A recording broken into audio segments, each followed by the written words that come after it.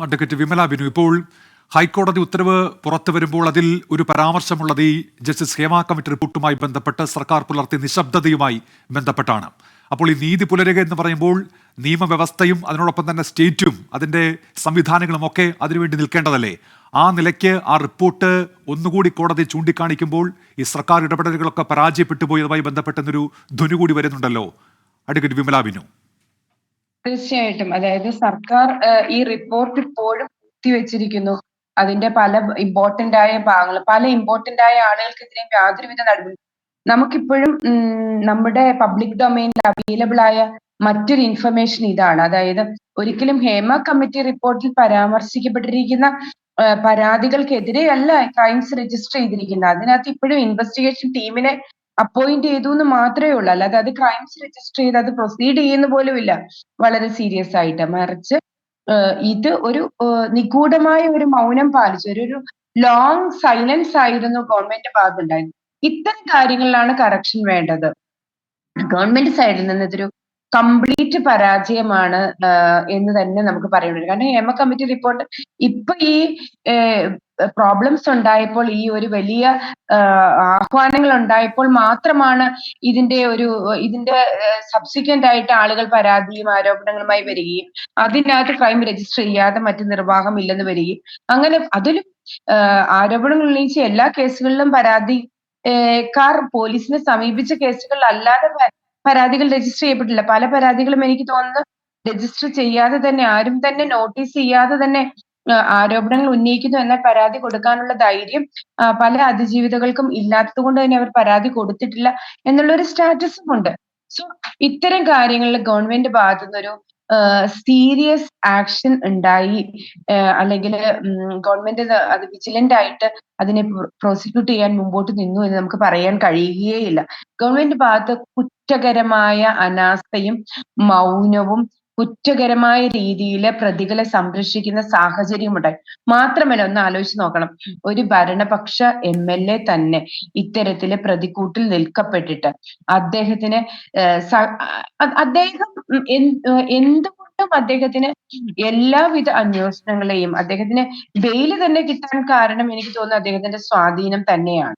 കാരണം പ്രോസിക്യൂട്ടേഴ്സ് ഇരിക്കുന്നത് എപ്പോഴും ഇടതുപക്ഷ ഗവൺമെന്റിന്റെ അതിന് സർക്കാർ തന്നെ, സർക്കാരിന്റെ ഭാഗമായ ആളുകളൊക്കെ, അതുമായി ബന്ധപ്പെട്ട രാഷ്ട്രീയ പാർട്ടികളുടെ ഭാഗമായ ആളുകളൊക്കെ ചൂണ്ടിക്കാണിച്ചത് ആ നിലയ്ക്ക് ഒരു ആനുകൂല്യം നൽകില്ല. നേരത്തെ ചില ഉദാഹരണങ്ങളുണ്ടല്ലോ, അതൊക്കെ ചൂണ്ടിക്കാണിച്ച് അങ്ങനെ ഒരു കീഴ്വഴക്കം ഇല്ലല്ലോ എന്നതായിരുന്നു അവരുടെ ഒരു വാദം. അത് ആർക്ക് വിശ്വസിക്കാൻ കഴിയും? അത്തരത്തിൽ ആനുകൂല്യങ്ങൾ നൽകില്ല എന്ന് അവര് വാക്കാൽ പറഞ്ഞത് കൊണ്ട് മതിയോ? അതിനെ ഒരു സംശയത്തിന് ഇടം നൽകാത്ത വിധം ഈ സിറ്റുവേഷൻസിനെ ക്ലിയർ ചെയ്യേണ്ട ബാധ്യത ഗവൺമെന്റിനില്ലേ? എപ്പോഴും ഞങ്ങൾ ഇരയോടൊപ്പം എന്ന് പറയുകയും വേട്ടക്കാരെ കൂടെ കൊണ്ടു നടക്കുകയും ചെയ്യുന്ന സാഹചര്യമാണോ ഉണ്ടാവേണ്ടത്? ഒന്ന് ആലോചിച്ച് നോക്കണം. ശ്രീ മുകേഷ് അദ്ദേഹം തന്നെ ഈ ഇതിന്റെ സബ്സിക്വന്റ് ആയിട്ട് അദ്ദേഹത്തിന് സിനിമയുടെ മോഡിഫിക്കേഷന് വേണ്ടി കൊണ്ടുവന്ന പല കാര്യങ്ങളും അദ്ദേഹത്തിന് ഇൻവോൾവ്മെന്റ് ഉണ്ടായിരുന്നു. അദ്ദേഹത്തിനെ ആയിരുന്നു പ്രൈം പേഴ്സൺ ആയിട്ട് കണക്കാക്കിയിരുന്നത്. ഗവൺമെന്റിന്റെ ഭാഗത്ത് ഞാൻ ചോദിക്കട്ടെ, സിമ്പിൾ ആയിട്ടൊരു ക്വസ്റ്റ്യൻ ചോദിക്കട്ടെ, കോടതിയിൽ പ്രാക്ടിക്കൽ ആയിട്ട് സംഭവിക്കുന്ന കാര്യം. അദ്ദേഹം ഒരു ഭരണപക്ഷ MLA ആണ്. പ്രോസിക്യൂഷന് വേണ്ടി വാദമുഖങ്ങൾ ഉന്നയിക്കാൻ പോകുന്നത് ഒരു ഇടതുപക്ഷ സർക്കാർ നിയമിച്ച പ്രോസിക്യൂട്ടറാണ് അല്ലെ? ഇടതുപക്ഷ GP ആയിരിക്കുമല്ലോ ഹാജരാവുന്നത്. ഇടതുപക്ഷത്തിന് വേണ്ടിയിട്ട് ഇൻവെസ്റ്റിഗേഷനെ മാനിപ്പുലേറ്റ് ചെയ്യാൻ, അദ്ദേഹത്തിന് പോലീസിൽ സ്വാധീനം ചെലുത്താൻ, അല്ലെങ്കിൽ അദ്ദേഹം ഭരണപക്ഷ MLA ആയതുകൊണ്ട് തന്നെ പോലീസ് അദ്ദേഹത്തിന് വഴിപ്പെടില്ല എന്ന് പറയുവാൻ കഴിയുമോ? ഇറ്റ് ഈസ് ആ സിമ്പിൾ ആസ് ഇറ്റ് ഈസ്. അദ്ദേഹത്തിന്റെ എല്ലാ സ്വാധീനവും അദ്ദേഹത്തിന് ഉപയോഗിക്കാൻ കഴിയും, ഇല്ലേ? അതുകൊണ്ടാണല്ലോ അദ്ദേഹത്തിന് ജാമ്യത്തിൽ പുറത്തു വരാൻ കഴിഞ്ഞത്. പ്രോസിക്യൂഷൻ അവിടെ കൊണ്ടുവന്ന എവിഡൻസ് സഫീഷ്യന്റ് ആണെന്ന് നമുക്ക് പറയുവാൻ കഴിയുമോ? അവരുടെ തന്നെ MLA, അവരുടെ തന്നെ GP, അങ്ങനെയല്ലേ കോടതിയിൽ അപ്പീൽ ചെയ്യുക? ശരി, മറ്റൊരാളാണ് അവിടെ ഹാജരായിരിക്കുന്നത്. ഇടതുപക്ഷത്തിന്റെ ഒരു GP അല്ലേ ഹാജരായത്? ഇടതുപക്ഷത്തിന്റെ ഒരു പ്രോസിക്യൂട്ടർ അല്ലേ അവിടെ ഹാജരായിരിക്കുന്നത്? സിമ്പിൾ ആണ്. Answer is such as simple. ഇത് പൊതുജനത്തിന് മനസ്സിലാവുന്നില്ല, അത്ര തന്നെ ഇതിനകത്ത് കാര്യമുള്ളൂ. പൊതുജനത്തിന് ഇത് മനസ്സിലാക്കാൻ ഒരു പക്ഷേ ഇതിന്റെ ആരാണ് പ്രോസിക്യൂട്ടർക്ക് വേണ്ടി ഹാജരാവുക, അത് എന്താണ് രാഹുൽ അഡ്വക്കേറ്റ് വിമല അല്ല, ഒരു നിമിഷം, മാഡത്തോട് എന്താണ് മാഡം രാഹുൽ? മാഡം ഒരുപാട് നിയമപരിജ്ഞാനമുള്ള വ്യക്തിയാണ്. ഞാൻ മാഡത്തോട് ഒരു സംശയമായിട്ട് ചോദിക്കുകയാണ്. കാര്യം every crime is A crime against state എന്നുള്ളതാണ് നമ്മുടെ തത്വം. അപ്പൊ ഇടതുപക്ഷത്തിരിക്കുന്ന അതുകൊണ്ട് ഗവൺമെന്റ് ഉള്ളപ്പോ അവരുടെ ഭാഗത്തു നിന്നുള്ള ഒരു അഡ്വക്കേറ്റിനല്ലേ എന്തായാലും വാദിക്കാൻ പറ്റൂ. നാളെ ശ്രീ മുകേഷ് MLA അല്ലാതായ പോലും അദ്ദേഹം ഇടതുപക്ഷക്കാരനല്ലാതാകുന്നില്ലല്ലോ. അപ്പോ അത് നമ്മുടെ സിസ്റ്റത്തിൽ എപ്പോഴും ഉള്ള ഒരു കാര്യമല്ലേ. നാളെ കോൺഗ്രസ് വരികയാണെങ്കിലോ BJP വരികയാണെങ്കിലോ ഒക്കെ അവർ അപ്പോയിന്റ് ചെയ്യുന്ന ആൾക്കാർ തന്നെ ആയിരിക്കില്ലേ അവരുടെ പാനലിലുള്ളത്. പക്ഷേ ശ്രീ മുകേഷിനുള്ള കേസിൽ നമുക്കറിയാം 25,000 രൂപ മുകേഷിനോട് ചോദിച്ചു, 1 ലക്ഷം രൂപ മുകേഷിനോട് ചോദിച്ചു, പലപ്പോഴും കിസ്സിംഗ് സ്മൈലി അയച്ചു, വാട്സപ്പിൽ പലപ്പോഴും ഇന്ററാക്ഷൻ ഉണ്ടായിരുന്നു. റേപ്പ് ചെയ്ത ഒരാളോട് ഇത്തരം ഇന്ററാക്ഷൻസ് ഉണ്ടാകാൻ സാധ്യതയുണ്ടോ? അപ്പൊ ശ്രീ മുകേഷിനെ നമ്മൾ കണ്ണടച്ച് പറയും അദ്ദേഹം ഇടതുപക്ഷക്കാരനാണ്, ഞാൻ ഒരു വലതുപക്ഷക്കാരനാണ്. പക്ഷെ നമ്മളൊരു സെൻസ് ഓഫ് ഫെയർനെസ് ഇതിൽ മെയിൻറ്റെയിൻ ചെയ്യണ്ടേ? ശ്രീ മുകേഷിനെതിരെയുള്ള കേസ് വളരെ ഫീബിൾ ആണ് എന്ന് പൊതുജനത്തിന് തോന്നുന്നത് ഈ രീതിയിലൊക്കെ ചോദിച്ചിട്ടാണോ? അല്ലെങ്കിൽ റേപ്പ് ചെയ്ത ഒരാളോട് ഇത്തരം രീതിയിൽ കാര്യങ്ങൾ ചോദിക്കുമോ? അഥവാ കൺസെന്റോട് കൂടിയാണ് ഇവർ തമ്മിൽ മുകേഷിനെതിരെ ഒരു ആരോപണമാണോ ഉള്ളത്? ശ്രീ മുകേഷിനെതിരെ ഒരു ആരോപണമാണോ ഉള്ളത്? എത്ര വേണമെങ്കിലും ആരോപണമാവട്ടെ, പക്ഷെ ഇപ്പൊ ഒരു കേസിലല്ലേ ഉള്ളൂ.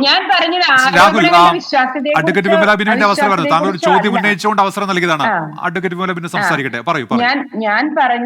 ഞാൻ പറഞ്ഞത് ആരോപണങ്ങളുടെ വിശ്വാസ്യതയെക്കുറിച്ചോ അവിശ്വാസ്യതയെക്കുറിച്ചോ അല്ല, മറിച്ച് ആരോപണങ്ങളിൽ ഹാജരാകുമ്പോൾ അത് തങ്ങൾക്ക് തന്നെ ഒരു അഭിഭാഷകനാണ് അവിടെ തങ്ങൾക്കെതിരായ വാദമുഖങ്ങൾ ഉന്നയിക്കാൻ ഹാജരാകേണ്ടത്. ഭരണപക്ഷത്തിന്റെ തന്നെ ഒരു അഭിഭാഷകൻ അല്ലേ ഹാജരാവുന്നു എന്നുള്ള എന്റെ നോർമൽ നാച്ചുറൽ കോമൺ സെൻസിലുള്ള ഒരു ചോദ്യമാണ് രാഹുൽ. അതിന് രാഹുൽ വയലന്റ് ആയിട്ട് കാര്യമില്ല. That's very common. അവരുടെ തന്നെ പാർട്ടിയിൽപ്പെട്ട ഒരാൾ അവരെ സപ്പോർട്ട് ചെയ്യില്ല എന്ന് പറയാൻ കഴിയുമോ? അത് ഇത്തരം കാര്യങ്ങളില് ഇൻഫറൻസസ് ഉണ്ടാവാൻ പാടില്ല. ആഡ്വേഴ്സ് ഇൻഫറൻസസ് ഓർ സപ്പോർട്ട് അല്ലെങ്കിൽ ബയാസ് ഉണ്ടാകാൻ പാടില്ല എന്നുള്ളതാണ് നോർമൽ ലോജിക്ക്. ഇത് ബയാസ്ഡ് ആവും എന്നുള്ളതില് ആർക്കാണ് സംശയമില്ലാത്തത്? ശരി, അതാണ് അത്തരത്തിലൊരു ആനുകൂല്യം മുകേഷിന് കിട്ടുന്ന തരത്തിൽ ഭരണ സംവിധാനത്തിന്റെ ഇടപെടൽ ഉണ്ടായി എന്നുള്ളതാണ് താങ്കൾ ഉന്നയിക്കുന്ന വാദം. അത് വ്യക്തവുമാണ്.